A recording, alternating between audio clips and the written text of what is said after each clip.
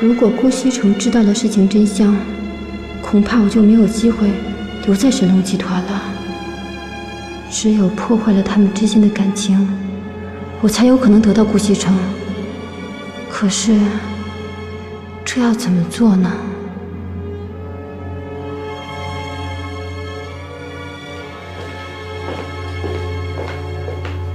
哎，你回来了，并没有时间，小心谈着。我们之间没什么好谈的。不是，你就得让我跟你解释一下吧。别跟着我。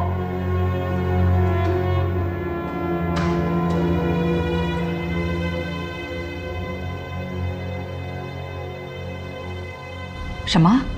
西城和锦溪两个人还没和好呢？是啊，一开始呢是少爷不理少夫人，可后来少夫人也来气了，又不理少爷了。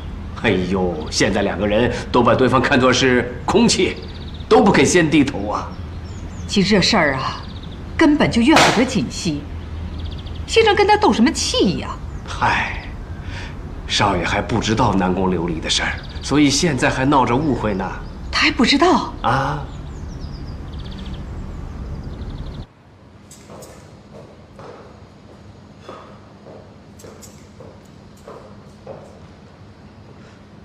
奶奶，你们两口子还在冷战呢。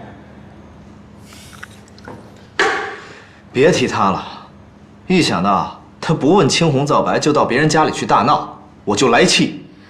你误会锦溪了，事情啊不是你想象的那样。误会？我可是亲眼看到他动手打人。你听奶奶把话说完行吗？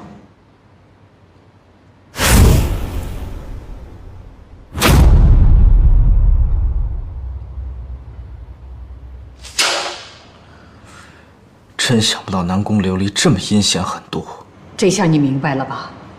是锦溪不让我告他的，说给他一次机会，结果那个女人却纠缠不清。